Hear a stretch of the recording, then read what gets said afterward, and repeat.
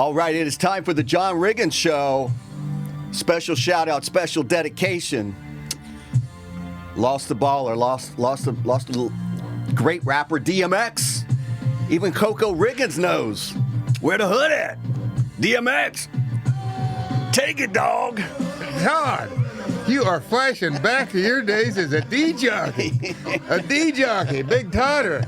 Coco, welcome to the show again. Thank you. Thanks for having me back. Well, you know, Todd came over on Saturday night, right, dude? Yes. And he enthralled everyone at the table. Todd was on. He was really, Yes. he was hitting it pretty good. Yes. The what do you call it? The bottle that I pulled out for Todd was down a little bit, but he definitely put the crush on it. Hey, you busted the Woodford Reserve, if I recall. Yes, it was the Woodford. I couldn't quite recall myself what it was, but yeah, I'd had a pretty good job. pregame. I'd had a pretty good pregame. Well, I tell you what, though, that looked like he was right in the middle of your main course. You looked like you had a nice little appetizer, but this was your. It had to be. Todd, if I had to drink that much, well, I say that much. It seemed like a lot to me because I haven't had anything in a while. But I would have really. I watch people on TV now, and maybe it's possible. Or, you know, when they got a scene where in almost every scene you watch everything, oh, you want a drink, and they pour them a drink, and they're just firing it down, and they, yeah, give me another, and they fire it down. God, what I recall about those days is almost immediately you're like, ooh, yeah, yeah. You held it very well, Todd. You were extremely Just have a little entertaining. fun on the day off. Work hard, play hard. Exactly. And Coco will tell you, you know, today I have a loaner car. My car's in a shop, getting extensive work done on it, I think. Anyway, the car that I've got is exactly, and you pointed out this morning, dude, right? Remember when we were coming out and you said, I was like, oh, he's going to get triggered. Exactly. Ever since Florida, a little confrontation. It has the camera Oh, screen. It's the no. same. Todd, it's the same. the exact I'm looking same. at the same. And I swear to God, that car, bad. I got it on Thursday. It's got 15 miles on it. I drove it, and actually, this is maybe the second time I've driven it since I brought it home. I've had it for like 5 or 6 days. It's got. I'm starting to drive the truck everywhere, and the truck's got rust in the bumper. I mean, it's falling Yeah, apart. I was like- Which I almost came over here today in it, but didn't want the truck. Yeah, I was like halfway in the garage, and I was like, Oh, no. That's No, it always- doesn't have Florida tags, does it? Oh, Jesus, now you're really hitting below the belt. No, but there's something about it. It's like I'm jinxed. And there's something about it, I got to tell you, because, you know, the guy walked around the car, and you know, when you get a rental car, they walk around and make sure, well, okay, we'll mark that ding, and we'll mark that ding. So now that's like, you know, they put you on super, what do you call it, super probation, or what is it called? Double secret probation. Double secret probation. So I'm thinking, God, if anything's wrong with this car and I bring it back, I mean, after that experience in Florida, you're subconscious. oh, I'm telling you, I don't Did you want like anything to videotape the inspector inspecting and Well, I don't trust, you know, you take it out, it might not be you. I had an experience like this not so long ago when I went to Kansas. I had a rental car, and I take it back. They don't come out and look at it. You know, they just said, okay, yeah, that's fine. About 4 days later, Mr. Riggins, there's damage on this car. You know, I'm going, I didn't know about that. well, yeah, so I'm saying, Does he have a I don't know history to here? take other, and that's why actually my truck, who's got the fenders and the bumpers rusting out, I'm going, now that's what you drive a beater, right? You drive a beater because it's like, I don't care. isn't that what we all used to do to rental cars? They were the beater. Yes, exactly. But you know what I was thinking too? When you see the guy pulling out in his Maserati or his Silver Cloud or whatever it's called, you know, the Rolls or whatever. Now you know this dude is a real player. When he just you're driving the beater, the truck, and he's like, I don't care. I don't care. Bring it on, because I got 12 more of these back in the garage. I'll just go get rid of it. That's what I'm thinking. That's when you know you've arrived. When you spend your money, you get yourself a nice fancy car, but you've got so much money that I don't care if you run into my car. I ain't giving you an inch.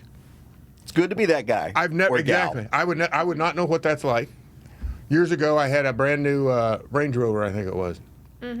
Back in the early 90s. And I go into a 7-Eleven and I come out and there's a couple kids on their bikes, and one of the kids has got a drink in one hand, so he's holding his bike with one hand, and I see him as he goes by the Range Rover. I hadn't had it more than 3 or 4 days. He goes by the Range Rover and I see that he leans into with the handlebar, leans into it, and I'm going, oh, God, what the? And I'm going, and then I notice, I go, oh, but he's got rubber handlebars. So I didn't worry about it. So he turns the corner, he comes around. Don't you know the handlebar on the right side that leaned into the car? ain't no handlebar on that. It was just metal. Sure enough, I go out there, big long scratch about like that. But at the same time, that it was the best of time, worst of time, because I needed that. Because I was like, oh, but then I went, oh, what the hell, I finally got to that. I thought it was gonna have a different direction. I thought it was gonna come back, and find now, the kid. What are you gonna do? It's a kid. What are you gonna say? Hey, kid, come back here. Well, I want to see you. I want to see your insurance card. He's on a bicycle. He's see about your 12. mom and dad. He's 12. Well, I'm thinking then you got to go. Okay, I'm gonna follow you home. So let's go to your house. You got to teach him a lesson. Yeah, that was like that other time. You were joking, but we were driving in the G-Wagon, and then it was around Christmas time, so there was G-Wagon. snow. And these kids were throwing snowballs, and my dad was like, "Oh, because they're awful close to hitting the car." And I was like, Yeah, but they didn't throw any at us, did they? No. But if they had, yeah, he was what saying was about he to was go wearing down? this leather jacket, and he just stops the car in the middle of looking the for some perps. Yeah. Well, you remember the story then. You've heard me tell it before. I think about Alvin Milner, right? Mm-hmm. I was the kid with the snowball years ago, Main Street, Centralia, Kansas, top of the hill. I hit Alvin Milner's car with the snowball, and Alvin Milner stops the car, runs over there. Now, Alvin was only about, yay tall, but he was still taller than me because I was like in the 6th grade, and he's like a senior in high school. Alvin takes me, throws me into the snow, and just, excoriates my face with the snow. And, something like that you never forget. So I was thinking, I think those kids deserve, Yeah. I was going to have to say, hey, guys, they're, you can do this, and it's cool. Really, it's really cool. But, every once in a while, you run into somebody like me that's just passing it on. It'd be, here, Alvin says hello. Now, the difference being Coco today, he'd have like 27 lawsuits, probably be arrested. Yeah. Well, Yeah, and that's that's- true. Kids just can't And have then- fun anymore. and Yeah, then exactly. what would LM say, dude? De-escalate. De-escalate. You have to de-escalate. De-escalate. De-escalate. John? Yeah. So anyway, that brings us to today. Well, I was going to say that there's a lot of work to be done over at the house now that things are starting to finally warm up. I've mowed the grass for the first time, and I'm looking forward to getting out. There's all kinds of stuff. The deer have really seriously damaged some of my arborvitaes, so I got a fence that I got to put up. It's going to look next time you come over, Todd.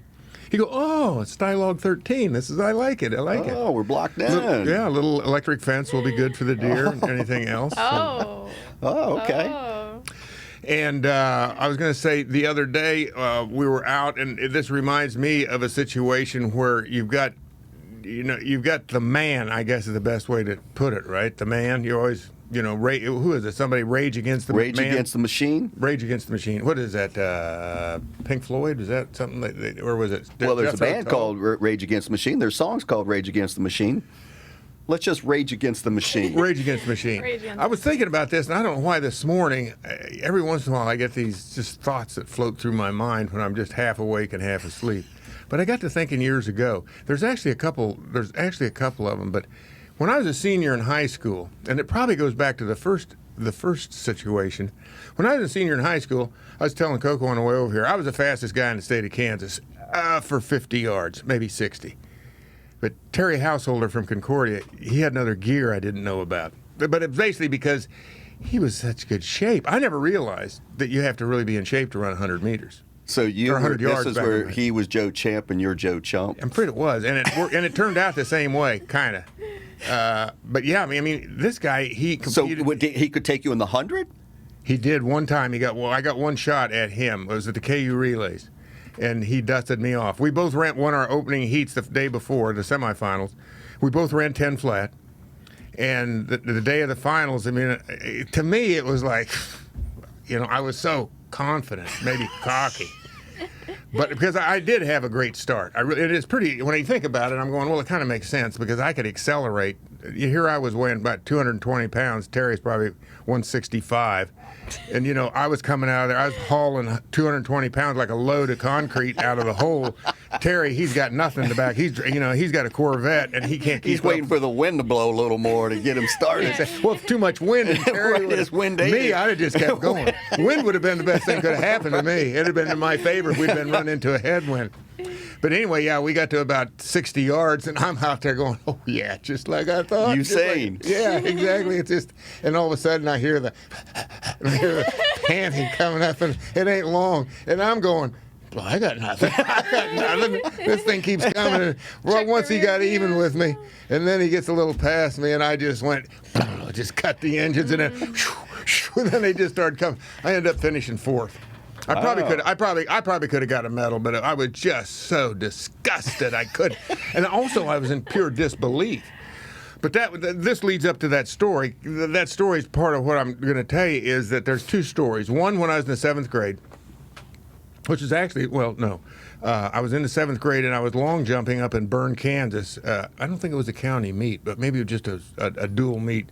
Our grade school went up to Bern. It was in Nemaha, probably about 25 miles away. Went up on the bus that day, and we were, like I said, we were long jumping. And I remember looking. They had two boards you could jump from, and I asked the guy that was running it, who was the Bern grade school coach for basketball and all this stuff. And there wasn't any, I don't recall back then, we did have it, but I don't know if the girls were competing up there. But I said, can I jump from the backboard here?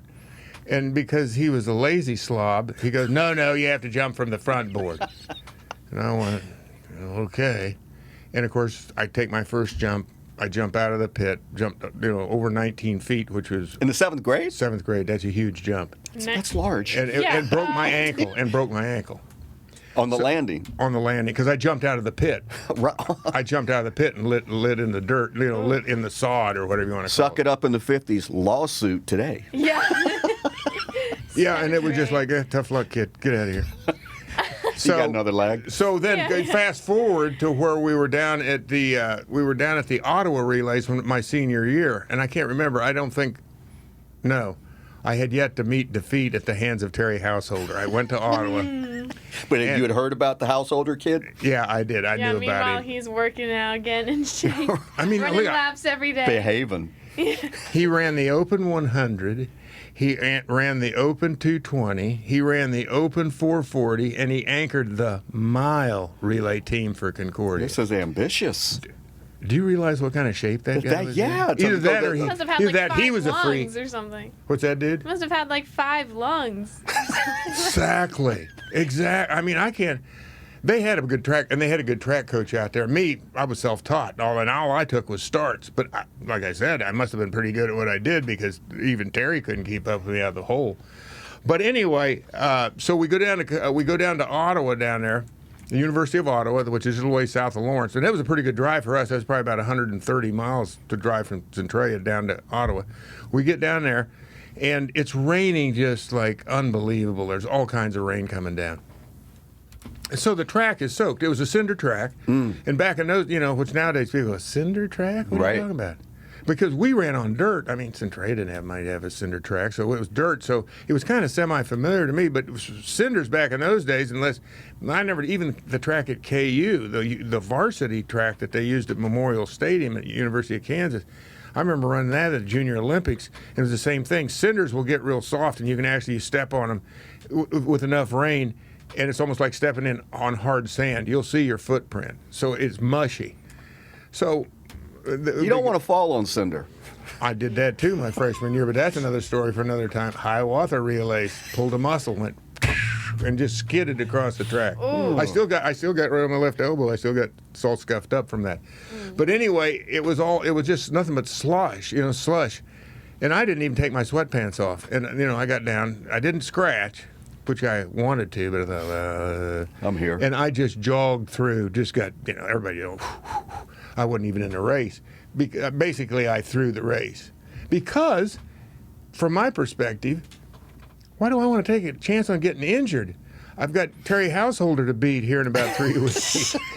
Seriously, it was just, and that goes back to the 7th grade when this dumbass that was sitting there was saying, no, kid, you got to jump from this board up here. You can't jump from back there. End up injure yourself because of stupidity of others who don't really, which I looked us all up, malfeasance, misfeasance, and nonfeasance.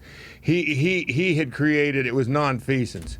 I mean, there was injury done to me, but he did what he was supposed to do, but he didn't do it the right way. It was something like that. See, we've learned something, Coco. Yeah, I definitely learned something. But the fact is that when I went down to Ottawa, so I don't run, I get beat, I get home, and my dad is just all up over me, like, you what? You didn't even take your sweatpants off? And you didn't qualify? And I'm thinking to myself, this is where it gets tough, where you, logically speaking, you know better than the people that are like Rage Against the Man that are telling you, going, logically speaking, going, this track meet should have been canceled. Oh, we can't cancel this track meet. We're not going to be able to reschedule it. Well, that ain't my problem, right? Because if I go out there, I'm going to pull a hamstring, and Terry Householder won't be able to salt my ass in a 100-yard day in about 3 weeks. So anyway, that's the way it was. So Householder, what became of him? Did he go to college? I'm sorry and to say, track? Terry got killed in Vietnam. Oh my goodness. Yeah, he got killed in Vietnam. What was it? We ran in '67. I think he got killed in Vietnam in 1969. Sorry to hear that. I look him up every so often. Don't ask me why, but and recount the firefight. There's a story about, there was a firefight. He was, and I think he was a few days from basically mustering out and coming home. Oh, what a terrible story. It was. There's something about it. I mean, I never spoke to him because he was in a different class anyway, so very seldom were we at the same track meet. It happened to be the KU Relays that one year. And I never spoke to him. And I knew that, but I had no idea. I just thought, this guy, he can't touch me. But he was good for it. Well, I want to bring up a story here because we can all appreciate, and you and I talked a little earlier about this, like just remarkable performances. I don't even care if you see it in Little League sports, professional sports, college sports, amateur sports. But this story that I read yesterday in the Wall Street Journal, Hope Troutwine or Troutwine, I think it's Troutwine. She plays for the University of North Texas, the Mean Green University of North Texas. Coco, she's a pitcher for their NCAA Division I softball team. Oh. And they played the University of Arkansas at Pine Bluff on Sunday. So, they play 7 innings, and so that's 21 batters. She pitched a perfect game, John. Struck out 21. 21 hitters, 21 strikeouts. No errors, no walks, no runners. So not only was it a perfect game, it was a perfect game. You can't do it. It's like a royal flush. Right. Yeah, There's struck a straight out flush. all 21 that came up. Never been done. In any level of baseball, NCAA softball? Division I women's softball, which I have and I've been doing this 25, 30 years. 2 things I really enjoy in the month of May that I never miss. I never miss the women's NCAA softball tournament. I like watching them play and compete, and fundamentally, you can learn a lot. And NCAA men's lacrosse Final Four. I like watching the Lax Bros chill, and you know about the Lax Bros. You're surrounded by Lax Bros in your neck of the woods. What? Lax. Explain to them Lax Bros. It's short for lacrosse. Lacrosse. Lacrosse, okay. Yeah. The Lax Bros, it's kind of like they're the gnarly surfer dudes, and they got their own language. Like the Chads. And it's a whole lifestyle. You want to bring DMX back It's hell no. Might as well talk about something else. Where the hood at. But the Lax Bros, it's a whole lax world, but I enjoy watching that. And I've always been used to play a little lacrosse as well when I lived up in New Jersey and got to appreciate the game. So I like watching that. But what this young lady did, a perfect game. So she twice before in a game, she has struck out 21 hitters. But not a perfect game. She struck out the first 30 outs to kick off the season. Now, here's how dominant she was. Words, so one game she struck everybody out and started. Yeah, and then kept going. First inning of the next and then game kept started. going. Here's how dominant she was. 21 batters. She only went to 3 balls on a. She never went to 3 balls on a hitter. Never. She worked the count to 2 balls just 3 times and only threw 78 pitches. I mean, so. What would be the perfect game? Would be 27. You'd throw 9 innings. You'd throw 9 times what? 63 pitches. Yeah. So not. Yeah. 63 pitches. 63. Oh my And she pitched how many? 78. 70. 8. insane. I mean, that you're not getting the bat on the ball. I mean, it's just. You know, it's funny, but I don't know. Dude, you're a baseball fan, right? Or you were? I am. How many games? Has the Nats played any games yet this year? Dude? Oh yeah. Yeah, they're. All right, dude. What's their record? Okay, well, here's the thing. Okay. Well, I mean, okay, I would be watching it. First of all, I have like a bunch of other stuff going on. Oh, that's true. Second of all, Maybe this summer. yes, summer, and also like it's COVID right now, so it's just I know there's some players who I think Zimmerman is not playing. Again. No, he's playing. He's playing this year. He did Oh. not play last year. He is back. Oh, he is back. Okay, then I have old news, but okay, I had my mindset that it just seemed like it wasn't like the full team because it was COVID and stuff, and like there was a lot of restrictions. But if it's coming back, then I'll get back into it. Okay, let me fill in the blanks. That's pretty good, Coco. Yeah. Let me just tell you how much dude was into it when they were playing the World Series. What was that, 2 years ago? 19. She had something. What did you have to do that night? But you couldn't watch whatever it was, game 6, game 5? Yeah, something. I think something like that. But I probably had like school the next morning, and my mom was like, "Get to bed." No, we'd let you watch it. I don't think you were there to be able to watch it, but. So I taped the game. Yeah, you weren't home. Oh, yeah. So I taped the game for her. Well, which game did you throw out the first pitch? Or you said play ball? That was the year before. Oh, that's right. And they lost. I believe that's or 2 the years game they lost before. to the Dodgers. Yeah, in Game 5. Right. Of whatever series it was. Because didn't you and your sister Hannah go to the World Series? Or yeah, they went to one her game. boyfriend Zach, he got me tickets for my birthday as a birthday gift. Oh, but to the World Series, you didn't go to the World Series. It wasn't like. No, it was one of the games in the. No, Granny went to the World Series. She went to the World Series, but it was one of the games like leading up to it. Like I think they were playing the. Oh, right, Dodgers. a playoff game. Playoffs. Or like the that's what it playoffs. was. Yeah. Yeah, because they wouldn't be playing. The The Dodgers would have been the NL championship, the pennant. I have to say, Coco is, at least at that point in time, really was a devout Nats fan, because I was going to tell you, she had me tape this one game. So it's like, the game's over with. Coco knows who won the game.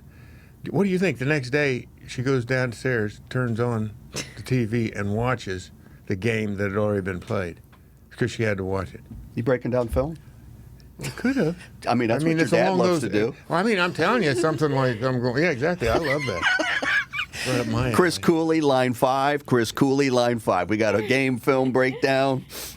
Where is Cool Dog? I think he's in Wyoming. Yeah, isn't he? Chris has relocated out west, and it's my understanding he's coaching high school football and is enjoying life. Comes Good back for him. every so often.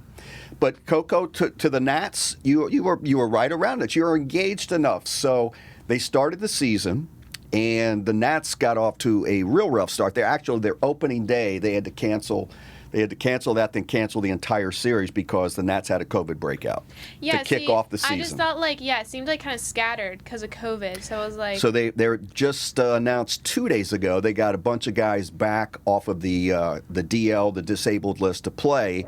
They were what do you call it, in lockdown? COVID, yeah, they were in the protocol, and some had some other lingering injuries. So they're getting a bunch of players back. They had lost 5 straight. I don't know if they won yesterday. They had lost 5 straight, had been out on the road, and then they come back. I believe they have a long home stretch coming up. So it's that time. We'll get out to see a game. Yeah, I'll get back into it. Yeah. I'm thinking myself personally, why couldn't there have been such a thing as COVID when I was around? I mean, this would have played right into my hands. This would have been like that only test that you asked. Well, me. I don't want to speak for my teammates, but I would have wanted to have tested positive. kind of the same way. John, it was called a strike. As close as I got. Didn't I enjoy that? when you had Joey T working the guys out. I went to the you first had Joe one. Champ and Joe Chump. I went to the first one and went, are you kidding me? I was kind of the same way where, because, high school sports were, canceled because of COVID. And I'm sure the girls were like, I just want to play sports again. And I'm like... Are you playing still at your high school at Holy Child? Yeah, I'm not doing if I was going to do a sport right now, it'd be tennis. But I'm not doing it for the school just because, there's practices. Well, I'm doing the play, and then there's practices, I don't know if it's every day after school, but it's for a while, after school, and that's, I'm very busy. I have homework, You only do so much. Yeah, exactly. I just And didn't what want do to you throw think? Dude's going to something. go play tennis when it's hot and sweaty, or do you think be on stage singing Little Women? Isn't that the name of the play? I think you got to do both there, Coco. You got that. Come on, we got you as a 5-tool player. You're starting to sound like LM. LM is the Tiger wait Mom. Wait a second. Have you been talking to my mom? Joe That's Chump. the question here. Lisa Marie, come in. What's your 20? Yeah. But Well, go ahead. I just didn't want to throw something new into. I already had like this scheduled routine, my COVID routine, where it's like, I just didn't want to throw something new. But I'm doing an outside clinic on the weekends, so I'm doing tennis. But Well, look. I'm going to do it next year. Think about this. Her mom is LM, Tiger Mom, and her dad is Joe Chump. So, there's a constant trade-off between Joe Chump going, It's a fine line. You're seeing the full spectrum. Yeah. But Joe Chump ended up being Joe Champ. There was a moment, but it was a lucky moment. Well, I tell you what, we're at that time of year, John, where relative to the NFL in particular, we're coming off the Underwear Olympics, where guys are just working out for scouts. Everybody, the draft is 15 days away, starting on the 29th, and it goes for 3 days, Friday, Saturday, Sunday. Yeah, Friday, Saturday, Sunday in Cleveland, I thought Ohio. it was Thursday. Cleveland, Ohio. It doesn't start on Thursday night? It's Thursday or Friday. It's 3 days. I do know that. I always thought it started on a Thursday for some reason. It has, but I think based on and it's in Cleveland. They are allowing fans, but we're gonna drill down and get a little more into that and just try to temper it with the right enthusiasm from a fan's perspective, because so much of it is marketing that we've talked about, and we're going to review not on this show but in our next upcoming show. Just if you've got the right guys making these picks, don't just go for the name brands of some of the guys that we know about in college or whatever, because usually if you've got more of the non-name brand guys, that's how you build a football team overall, versus you get the big brands that come out of the big schools. Yeah. And how many of them are bust? And we're doing our research on it, and it's pretty shocking. And so do you know what he's talking about, dude? No. The NFL draft? No. That's how you get into the league. They have a draft every year. A draft meaning that they start not exactly drawing names out of a hat, but you tell the commissioner who runs the draft, and you got about 15 minutes, isn't it? 15 minutes between picks, or maybe it's more now. I can't remember. No, Or maybe it's less. It's not more. It's not less, more. actually, yeah, I believe it is. They less. give you so much time, and you got to say, you can't just come out of high school. You definitely can't come out of high school and go play in the NFL. You come out of college, and you have to have been in college for a certain amount of 3 years, your graduating class, something like that. I'm not going to get in the weeds on that. But so they have a draft. So everybody, before anybody can sign with an NFL team out of that college year, whatever the year is, like this year is 2021, and I guess it would be the draft class. Well, it would be of 2021. They have to hold the draft first. Now, if you didn't get picked in the draft, you're called a free agent, and you can sign with any team. But if you got picked in the draft, you have to go deal with that football team before you can do anything else. And that's so basically they start, and all the players are evaluated. And they come back, and everybody looks at their needs and their positions of who's retired perhaps, or maybe somebody's not playing well and we need to fill that position. So that's kind of what the draft is. Now that's what Todd's talking about. And when I went through the draft, they did. I don't think this is back in 1971. I don't think there were no players there. I'd be willing to bet that. And I also don't think, I think it was like held in an office or whatever. There was all it was they just announced at the end of the day, and it really wasn't even followed on television. There was nobody really followed it. Nah. They couldn't find me because I'd went back up to Centralia. The Jets, they couldn't find me. And he was a first-round draft pick, number 5 overall. 6 overall. And my dad's the one that called me and said, "Oh, it looks like you got picked by the Jets." And so later that afternoon, Weeb Eubank finally got a hold of me. They figured out, they somehow, I don't know how it was, or maybe I called them, but I guess, are you guys looking for me? That goes I'm fishing, man. What are we doing? Yeah. Wait, what? So it was all bizarre. But that's back in 1971. Fast forward, 50 years?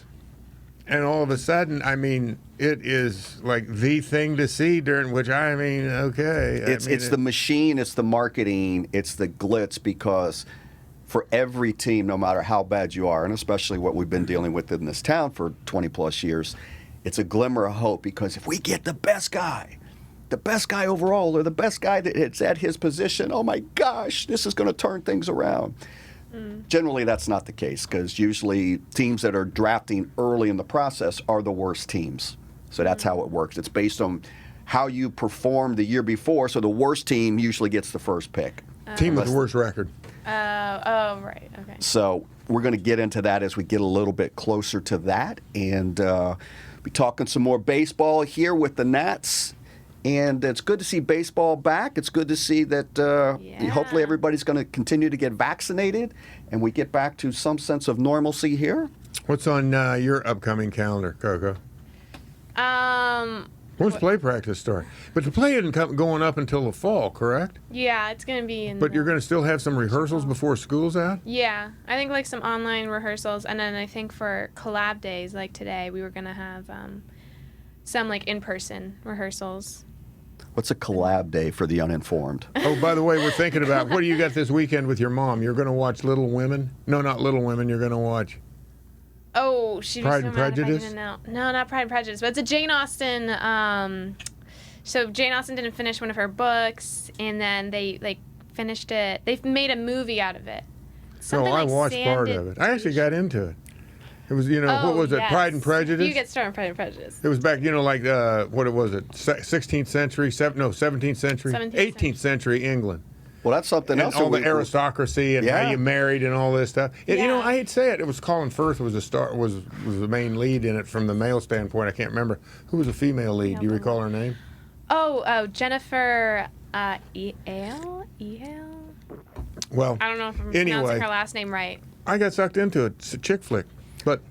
It was. Well, we'll get into that. We got a movie. Dude's got to episodes. watch a movie. I got you to watch it last night. We'll report in a week on this. We'll do a movie critique of the Grizzly Maze. Yes. So we will invite everybody that's listening and watching this podcast. Yeah, check it out. Check out the Grizzly Maze. Or the Grizzly Mess. We are going to shred it, much like the bear shredded everything in this movie. Don't give it away, Todd. Yeah, it's stunning. You can't stop watching it. You cannot stop watching it. What was that one movie with the bear trap? Well, Jason Momoa was in that. I can't remember it. It's but along those same lines. It may be worse or cheesier. And Like that's a fine Revenant? line. It definitely. Well, I wanna know- it had that scene at the end, which was very reminiscent of the bear trap scene. It was the same thing. It was very clever the way they I was did it. rooting for the bear. By Quite the a way, bit. I got to say this, and I don't, but I'm thinking, and it was Bart the Bear is the star. He's actually Bart the Bear, too. I looked him up. He's actually got a Wikipedia thing, Bart the Bear. And Bart, though, huh? Wait, like There's a real trained live bear. bear. Yeah, there's a bear trainers, and you ever see them in these movies, especially when He's they like, do. now I want you to give him a left and a right claw, and a left and a right. Man, and they had some they were decent scenes of where the bear is mauling somebody. That looked real. But every time they showed somebody running, and the bear was loping along, let me tell you something. Now, I've never seen it in person, but I know when they tell you that a grizzly bear, a brown bear, can outrun a quarter horse for a short distance. You ain't outrunning that bear. And these people are out there. The guy hopped the log. How about the guy that was outrunning the bear carrying one of the girls that were outrunning the bear? I'm going, Oh my God. what are you? You people are insane. Grizzly Maze, Who dreamed Netflix this up? people. Grizzly Maze. Grizzly Maze, and I think that it's Riggo out.